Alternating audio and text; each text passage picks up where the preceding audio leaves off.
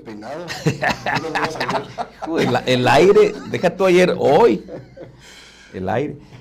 Y hoy tenemos pues el privilegio de platicar con un experto, un fiscalista destacado en Chihuahua, Luis Carlos Ramírez. Vamos a hablar de temas complejos, pero él tiene la virtud de que los hace sencillos. Pepe, buenos días. Buenos días, Luis Carlos. Gracias, buenos días. Gracias por la invitación para hablar de estos temas sencillos. Que no es normal abordarlo, ¿no? Es la coyuntura. Sí, claro, claro. De las empresas y cómo hacerle para pagar menos impuestos, etcétera. Pero este tema de las donatarias, pues es interesante, ¿no? En las asociaciones civiles. Dice, ahora, esta entrevista se da a raíz de que cancelan más de 100 permisos de donataria y sobre todo a cuáles cancelaron, ¿verdad? Primeros, Mexicanos Primero, Instituto Mexicano de Competitividad, etcétera, ¿no? Y algunos otros aquí locales que también andan en pleito. El SAT dice que fue una decisión técnica y que todas las organizaciones tienen derecho a audiencia, etcétera. ¿Desde qué punto, qué tan cierto es esto y qué tan sólido es el argumento jurídico que dice el SAT tener? Mira, sí, yo creo que desafortunadamente en estos tiempos, ¿verdad? Del sexenio anterior y se endurecieron los enfoques de la interpretación de la ley. Y ha habido cambios, en el caso de aquellas de ciencia y tecnología, ha habido cambios, les han agregado nuevos requisitos, pero sí hay una tendencia a tratar de evitar que todas aquellas instituciones que están haciendo alguna actividad que de una u otra manera es una deficiencia de gobierno, pues hay que evitar que estén ahí, ¿verdad? Y el enfoque es en la interpretación subjetiva de las reglas. Al hacer una interpretación subjetiva, hay varias reglas. Voy a hacer una de ellas que es muy dolorosa para estas organizaciones, que es el gasto administrativo. Entonces, en el momento que te dicen, oye, pues eso esa actividad que hiciste fue administrativa. No es administrativa, es en beneficio de mi causa, ¿no? Es administrativa. Y ahí empieza el defecto, ¿verdad? Empieza el problema. Entonces, es muy subjetivo, ¿verdad? Lo que está haciendo la autoridad. ¿Qué porcentaje pueden tener de actividad administrativa? Un 10%. Entonces, pues mezclan todo con todo y ahí viene el problema, ¿eh? Yo creo que sí hay un tema, el por qué darlas de baja es más fácil que por qué las dan de alta tan rápido. Yo creo que ese es el punto más importante de lo que ha estado sucediendo en estos días, donde tenemos un ejemplo de alguien que se dio de alta sumamente rápido. Allá, muy lejos, tan lejos que quién sabe, está muy allá, ¿verdad? Está muy allá, ¿verdad? Pero ¿por qué la dieron de alta tan rápido, ¿verdad? Pero ese es el tema. Porque sí es dinámico, ¿eh? En estos 7 años ha habido muchas bajas, ha habido muchas reinstalaciones de las autorizaciones de donatarias, y sí ha sido dinámico, todo tendiente a ahorcar este gremio, a limitarlo, por lo que estoy comentando, que son actividades sensibles que el gobierno debería estarlas haciendo y que la sociedad civil a través de las asociaciones suple esa actividad. Pero muchas de estas organizaciones no más que suplir, también su función es incomodar, ¿no? Sí, en el caso de todas aquellas que dan información. Exacto, y las que dan información y hacen diagnósticos y críticas a las autoridades, ¿no? Sí, justamente lo de México Evalúa, Mexicanos Primero y el IMCO es el tema pues que llamó más la atención, ¿no? Porque son organizaciones críticas al gobierno. ¿Qué pasó aquí, Carlos? ¿Cómo ven? Porque son instituciones ya muy consolidadas, que tienen mucha información muy valiosa y que la dan a conocer cada mes por lo menos, ¿no? Y credibilidad absoluta. Y mucha credibilidad. Sí. Creo que todo concurre en la dinámica de cómo ejercer el poder. Sabemos bien que la tendencia de estos gobiernos es a mantener a la gente, a la mayoría de la gente, desinformada y con una educación básica, para que la gente no reclame, no nada. Estas instituciones que les acaban de limitar han generado tal información tan objetiva, la fuente de información es tan buena, y mucho de ello también viene del INEGI, pero han podido hacer sus fuentes de información para poner el dedo en la llaga, que al revelar lo que realmente está sucediendo en nuestra sociedad, en la economía, y todos los datos que aquí se dan, por estados, en fin, ¿verdad? Toda la segmentación que tienen, incomoda, sin duda incomoda. Si estás haciendo las cosas bien, entonces son muy bien recibidos. Ah, por supuesto, ¿verdad? Que es el caso, por ejemplo, aquí Chihuahua Capital siempre ha sido muy agraciado con las evaluaciones del INCO. Ah, sí, claro, ¿no? Ahorita somos de los consentidos, entonces aplaudimos, ¿verdad? Publicamos, ¿verdad? Sí. Pero si supieran ustedes que nuestras autoridades estatales, en el momento que el INCO nos degrada, que nos fuimos del 6º al 8º, inmediatamente se ponen las pilas, ¿eh? ¿Qué pasó? ¿Por qué? No, es que no viste bien este dato, ¿no? Y rápidamente aclaran, trabajan con el INCO y dicen, no, regrésame al 6º, no, ¿por qué? Y que esto, y es que está mal visto esto. Y que está es el deber ser, ¿no? Que es el deber ser, más que pues, simplemente eliminar a la asociación y decir pues que ya mejor no exista. Oye, parece que este argumento de dar de baja estos permisos va más con el tema de ciencias, tecnologías e innovación, que la legislación cambió y obligaron a otros requisitos estos centros de pensamiento, que entonces cambiaron las reglas del juego, ¿no? Parte de eso es una de las teorías que existen, que ya no se apegaron al mundo científico en sus dictámenes, ¿no? Así es. Al cambiar todo lo que fue el contexto del CONACYT, generaron nuevas reglas, y todo lo que está vinculado a ciencia y tecnología ahora tiene nuevas reglas. Que de cierta manera INCO y Primero Mexicano hacen estudios exactamente, y que los estudios estadísticos y que los estudios actuariales y que todo eso, entonces se tienen que adaptar a estas nuevas reglas, y por consecuencia pues están en la transición, ¿verdad? Ese puede ser un pretexto, pero sí hay organizaciones que han sufrido el cambio de reglas, a pesar de que existen previo a las reglas, y que pudiéramos decir, hay un efecto o hay un derecho de no retroactividad de la regla, yo ya estaba. Bueno, pues ahora cambia la regla y ahora tienes que adaptarte, tu día a día tiene que adaptarse a estas nuevas reglas.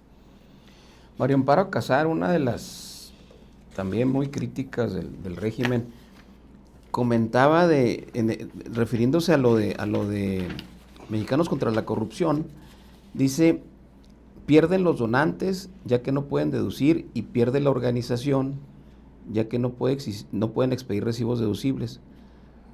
¿Cuánto puede representar esto en términos de reducción real de financiamiento para este tipo de organizaciones, Luis Carlos? Es difícil cuantificarlo,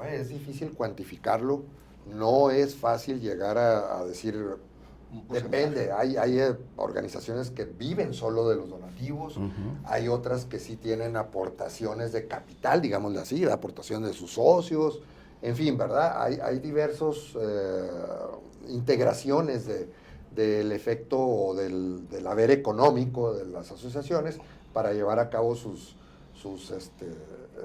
actividades. Pero hay un dato muy importante, que no debemos de perder de vista.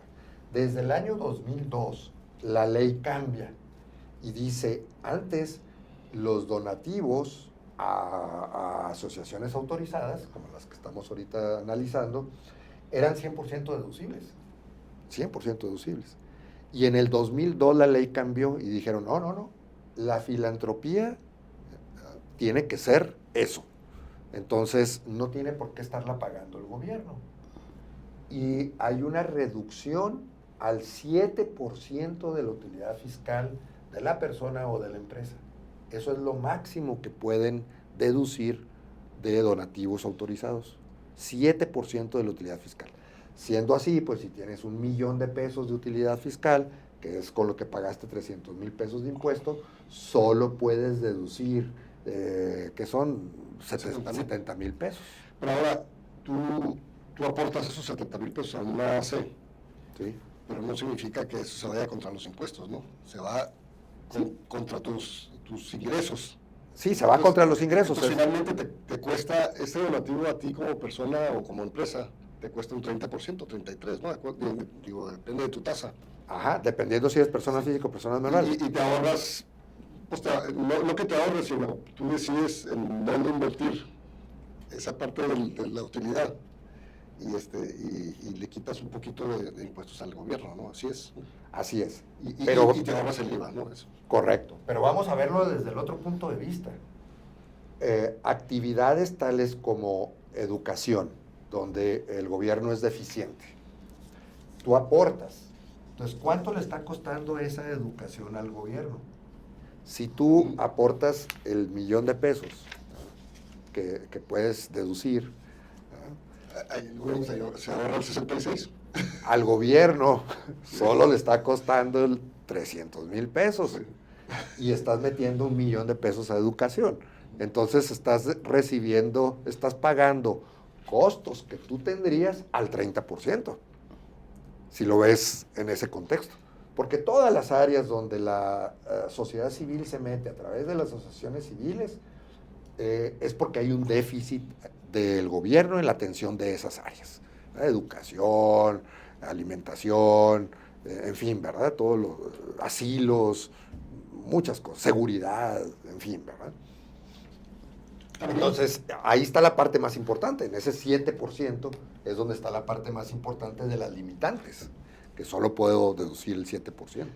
Ahora, cuando una donataria pierde su permiso de donataria y sigue recibiendo donativos, tiene que cobrar IVA, etcétera, y tiene que entregar ISR, etcétera, o cómo cambia su situación fiscal.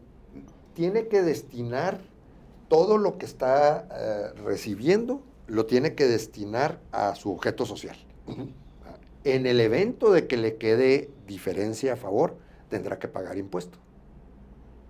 Ok. En el evento de que, pues recibí 1,000,000 de pesos, pero nada más alcancé a gastar 700,000 pesos en el desarrollo de mis actividades, pues los 300,000 pesos tendrá que pagar. ¿Y tiene que cobrar IVA? No necesariamente, dependiendo de las actividades y lo que reciba, pero no necesariamente tiene que pagar, recibir IVA. Y luego lo del tema de, con esta sanción, te retiran la donataria autorizada. ¿Es correcto, es vigente todavía que si en 12 meses no regresas, pues no cumples con los requisitos que violaste para ser donataria? ¿Es cierto que tienes que, por ley, destinar todo tu patrimonio a otra donataria autorizada? Sí, esa es una regla muy, muy difícil. Muy difícil, sí. Porque la regla dice, oye, si tú te liquidas o tú dejas de realizar tus actividades, todo tu patrimonio que ya tienes, lo tienes que entregar a otra donataria autorizada con tus mismos objetos. Con tu mismo objeto social. Con tu mismo objeto social. Lo tienes que entregar todo a esa otra donataria. Si no lo haces así, a la beneficencia pública. Tienes que entregarle todo, o sea, al gobierno. ¿Verdad? Tienes que entregar todo al gobierno. Y se convierte en una cosa difícil, porque para encontrar un gemelo de la asociación civil no es una cosa sencilla. Y luego que te lo reciba, porque vas a traer muebles y pues al que se lo vas a dar ya tiene muebles. Sí, que te reciba todo tal cual no es una cosa sencilla. Es lo menos que sucede. La mayoría de las asociaciones o pelean su autorización nuevamente, cumplen con todas las reglas o renuncian a la autorización, de tal manera que cumplen las reglas, pagan lo que se tenga que pagar y continúan con su objeto social y siendo asociación civil, y será hasta que se liquide, ¿verdad? Hasta que se liquide. Aquí es cuando te portas mal o cuando te liquidas, cuando te vas a eso. Okay. Entonces sí te atienden. cuando cancelan una autorización y todo, claro que atienden y hay un plazo, sí es cierto, y va uno y aporta uno nueva información, Hacer la remediación. adecuas tus estatutos, ¿verdad? Porque eso sucede mucho. Oye, que aquí no dice que vas a entregar, que esto, ya los adecuas y a veces, en una gran mayoría sí les reinstalan su autorización. Y ahora, no sé, a lo mejor ya el SAT tiene una eficiencia impresionante y se dio recientemente una autorización relámpago que se llama la Asociación Humanidad con América Latina, impulsada por el expresidente para recaudar fondos para Cuba, y lo obtuvo en tiempo récord, ¿no? El 9 de marzo del 26, una semana después del nacimiento de su RFC, ¿verdad? Normalmente, de tu experiencia, ¿cuánto toma? Híjole. Mira, eso es lo que es realmente novedoso. ¿Eh? Porque la realidad es que un trámite de donataria autorizada te lleva de 3 a 6 meses. Si lo haces todo perfecto. Si tu constitutiva nace perfecta, tienes el reconocimiento de una institución pública, está perfecta el reconocimiento, todo lo que debes de llevar, de 3 a 6 meses. Y te publican en la lista. Muy bien. Aquí, pues, duró 20 días. 20 días naturales. Ni siquiera hábiles. Porque el RFC de la Asociación Civil Humanidad con América Latina es del 17 de febrero y la autorización se otorga el 9 de marzo. Entonces son 20 días naturales. Entonces está novedoso eso, ¿eh? Muy eficiente el SAT, ¿no? No, muy eficiente. Pero hay que recordar que estas autoridades o estos gobiernos, pues, viven de ejercer su poder, ¿verdad? Es algo muy agradable para ellos. Pero ahí decía yo sí puedo hacerlo. Que el poder era para poder, ¿verdad? Sí, yo sí puedo hacerlo, ¿verdad? Yo sí puedo hacerlo, entonces lo hago en 20 días, ¿verdad? Y en el tema de justamente de esta asociación, con nuestra ley vigente, ¿es posible que se le entregue apoyo a los cubanos a través de esta organización? Pues realmente, a ver, la revisión que hace la autoridad respecto de las donatarias autorizadas es en el sentido de que cumplan su objeto social y que el dinero realmente se entregue a actividades que están dentro de ese objeto social. Entonces, para poderlo verificar de manera internacional con un país como Cuba, donde el oscurantismo es todavía vigente, pues ¿cómo le van a hacer? ¿O qué fiscalización va a haber? Porque el dinero es para el pueblo, ¿no? Sí, claro. Pero llega al gobierno. Sí, entonces, por ejemplo, si tú aquí en México quieres apoyar la Cruz Roja de Nicaragua, y a través de Cruz Roja Internacional recibe el dinero, hay la aplicación, te dicen que se compraron tales automóviles, bueno, pues tienes el reconocimiento de Cruz Roja Internacional. Ese ejercicio de la entrega, ¿a través de quién se va a hacer? Pues esa es la duda. ¿Y si lo va a revisar el SAT? Y en su caso, si va a revocar la autorización. Pues no creo, ¿eh? No. Pues Ahora parece que no ha tenido mucho éxito, ¿verdad? No. No, sí hay algunos donativos. Sí. Algunos senadores, sí, algunos legisladores y algunos gobernadores. Sí, Pepe, sí se hizo. ¿Ya ademaste? No. No, la realidad es que yo creo que a nivel institucional es muy pobre pues, la aportación, ¿verdad? Pero es el ejercicio vuelvo a lo mismo, de sí lo puedo hacer. Sí. Es un tema ideológico y es un tema... Es como el aeropuerto, sí lo pude cerrar, aunque lo seguíamos pagando, Sí. Pero nomás sí pude. Lo pude vender aunque lo regale, ¿no? Exacto. Oye, lo que llama la atención, no sé, antes el gremio del SAT era, no sé, como otra clase política, otra clase civil dentro de México. Muy técnica, ¿no? Muy técnica, pero aparte eran cuasi religión. Los que movían el SAT y esos no se movían independientemente de de quién fuera el presidente, ¿no? Y hubo gente muy pegada a la filosofía del SAT y de la recaudación y de la política económica mexicana que estuvo ahí años, ¿no? De hecho, pues aquí hay algunos en Chihuahua que estuvieron muy involucrados, ¿no? Ahora se ha dado que se meten a cuates, ¿no? Está Antonio Martínez Dagnino, y Dagnino ese apellido no le sirve mucho, que llega ahí pues, por mucho porque es cuate de los hijos del expresidente, ¿verdad? ¿Cómo ve eso el sector fiscalista o el sector económico? ¿Qué señales te da eso como un retroceso, ¿no? En esa filosofía que tenía el SAT anteriormente. Fíjate que es muy triste, la verdad, porque mira, a lo que tú te quieres referir es al servicio profesional de carrera. Exacto. Pero iba inclusive más allá el SAT. Y los ejemplos de servicio profesional de carrera, de donde los profesionistas entraban desde las posiciones más básicas e iban escalando posiciones, jefes de departamento, esto, y pues eventualmente llegar a ser secretario de Hacienda. Los ejemplos más claros eran la Secretaría de Hacienda y el Banco de México. Y el Banco de México. Que es lo deseable, que todas las secretarías tengan servicio profesional de carrera, porque profesionalizas la actividad de tu secretaría, la profesionalizas. Y la despolitizas, ¿no? Exactamente. Entonces hay el cambio político y aquello sigue funcionando.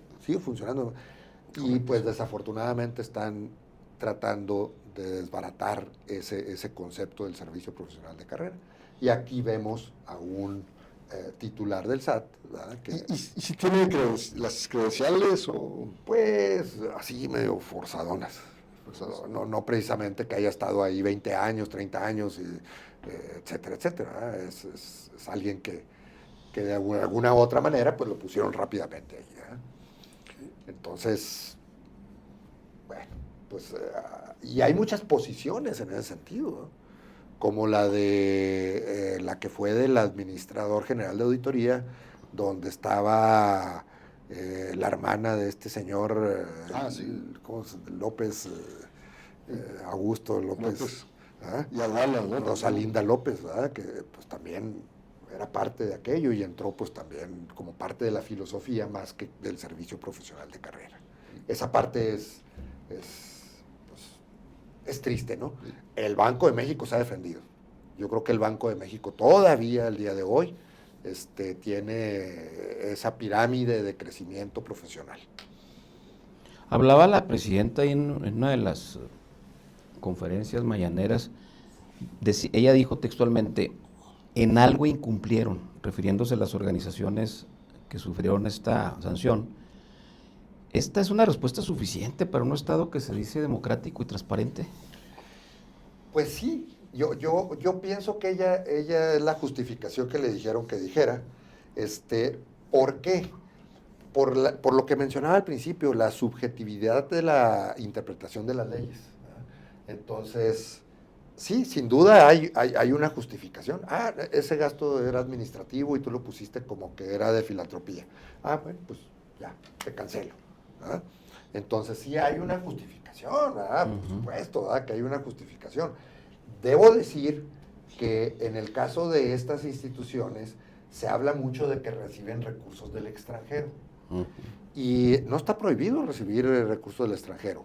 Lo que sí requieres es registrarte que vas a recibir recursos del extranjero. Es un proceso adicional, ¿no? Es un proceso adicional. ¿Por qué? Porque al amparo del Tratado de Libre Comercio y de los tratados para evitar la doble tributación, se pactó que todas aquellas asociaciones de los países miembros que realizan o tienen las mismas características de donatarias autorizadas pueden concurrir entre los países. Y México generó reglas para que, si te va a aportar alguien de Estados Unidos, dime de dónde viene, cómo viene, etcétera, al amparo del Tratado para evitar la doble tributación. Entonces, algunas se les hace fácil recibir un recurso. Ay, pues por única vez la Universidad de Toronto nos está aportando tal cantidad, no pasa nada. Y a la hora que lo revisan, pues sí pasa, porque no tienes esa autorización. Entonces no está prohibido, pero puede ser que no se haya tenido la autorización. No conozco el caso particular. Oye, en el tema, ahora sí global, por decirlo de alguna manera, en las presiones que están obteniendo las asociaciones civiles o organismos internacionales, pues lo vemos en Venezuela, Nicaragua, Rusia, ni se diga, pero inclusive en Estados Unidos, ¿no? Que le deja de dar lana a la parte de salud, a la ONU, y empieza a bajarles los presupuestos, a la Organización Mundial de la Salud, etcétera. Es una tendencia que los gobiernos traten de tener más control sobre la sociedad a través de la reducción de los mecanismos que tiene la misma sociedad para hacer el trabajo de los gobiernos. ¿Tú lo ves a nivel mundial? Sin duda, en los gobiernos de corte populista. Recordemos que ahorita tenemos un populista como presidente de los Estados Unidos. Okay. Entonces él dice, no, quítenle la ONU, y quítenle a Harvard, y quítenle a todos esos. ¿Por qué? Porque ese es el pensamiento populista. Yo soy el que doy. Yo soy el que doy, yo soy el que educo, yo soy el que doy salud, si la doy, y entonces, y el pueblo que me lo pida.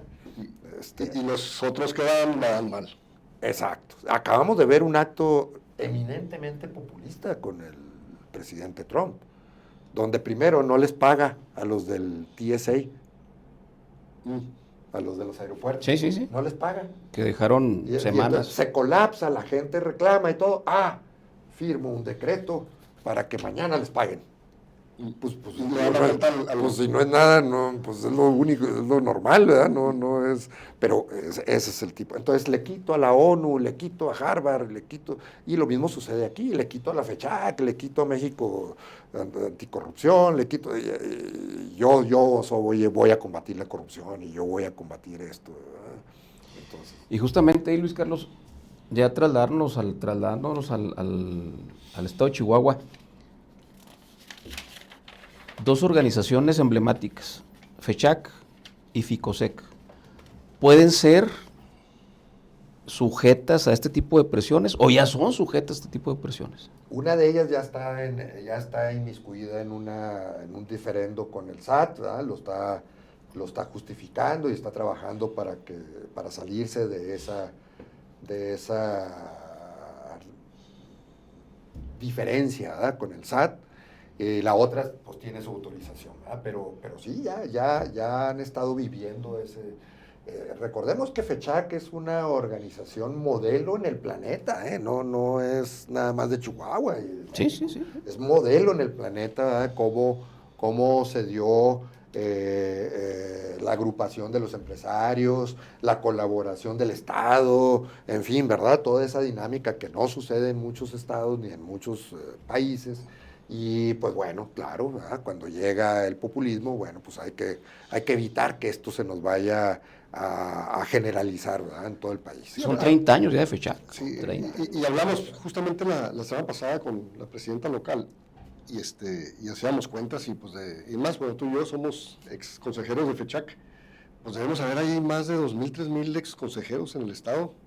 Fácilmente. Que damos lata, de cierta manera, porque opinamos y sabemos, ¿no?, sobre los temas. Entonces sí nos convertimos en un estorbo, aunque no estemos ya en el mismo FECHAC, ¿no? Sí. Porque tenemos conocimiento de causa, ¿no? Entonces se convierte en un problema, ¿no? O en una ventaja. Creo que el estado de Chihuahua, en sus gobiernos locales y estatales, han sabido, primero aprendido a convivir con este tema y segundo aprendido a usarlo de la mejor manera, ¿no? Y está el caso también de DC que ha sido muy importante y muy bueno para el Estado, ¿no? En términos de alianza, ¿verdad? Y que ya se convirtió en una herramienta que vertebra y vincula diferentes intereses y que puedes tener confianza de que las cosas se están haciendo bien o que hay una estructura para hacerlas bien. No te puedes relajar, ¿verdad? Porque siempre para una cosa buena a alguien se le ocurre otra cosa no tan buena, ¿verdad?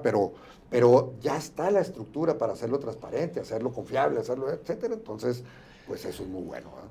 Estamos llegando ya al final, se fue el tiempo volando. Pepe, ¿con qué te quedas? No, pues interesante todo el esquema filosófico, ¿no? Y de razonamientos pues, de los líderes de las autoridades, cómo algunos lo pueden usar positivamente, aunque duela, ¿no? Como el ejercicio, pues corro, me duelen las piernas, ¿no? Pero me hace bien. O simplemente descartar la posibilidad de convivir y coadyuvar, ¿no? Entonces, pues sí tenemos mucho que aprender todavía como sociedad. Y del lado de la sociedad civil tenemos que aprender a blindarnos mejor, ¿no? Yo creo que ser más cautos y más preventivos en eso, y a lo mejor Luis Carlos nos puede Sí, dar el tip. antes de cerrar el programa, Luis Carlos, ¿cuáles serían las recomendaciones para los empresarios que quieren apoyar causas nobles y las organizaciones para que se cuiden y se protejan y hagan trabajo preventivo, ¿no? ¿Qué tienen que hacer después de oír la entrevista? Pues mira, yo quiero cerrar diciendo que la filantropía es el amor por la humanidad, el amor por el ser humano. Entonces, los que son filántropos y que aportan a las causas sin otro interés que ayudar al ser humano, que lo sigan haciendo. No importa sea deducible o no sea deducible, esa es la parte. Claro. Y el político es el administrador de las comunidades.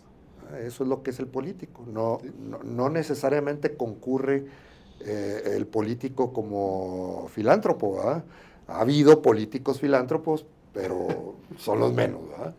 Entonces, el no claudicar, ¿verdad? Si tenemos una causa ahí a la que apoyamos, chiquita, grande, hay grandes filántropos que apoyan con cantidades muy importantes y causas muy relevantes, pues no claudicar, se tenga o no tenga la deducción, que no sea el parámetro este tipo de acciones del gobierno para dejar de apoyar las causas que realmente necesitamos como comunidad seguir haciendo, ¿no? Entonces, hacer énfasis en que, bueno, pues soy filántropo y lo voy a seguir haciendo aunque me duela y aunque no tenga un beneficio fiscal. Yo creo que esa es la parte más importante, ¿verdad? Y seguir luchando. Por otro lado, tenemos que abrir un canal y seguir luchando, ¿verdad? Y decir, oye, estas reglas me duelen, estas reglas no deben de ser así, no te estoy engañando, etcétera. Y estar para que también el gobierno, que es deficiente en las causas que yo apoyo, ponga su parte, ¿verdad? Yo creo que eso es justo. Muy bien, muchas gracias. Nos vemos en la próxima semana.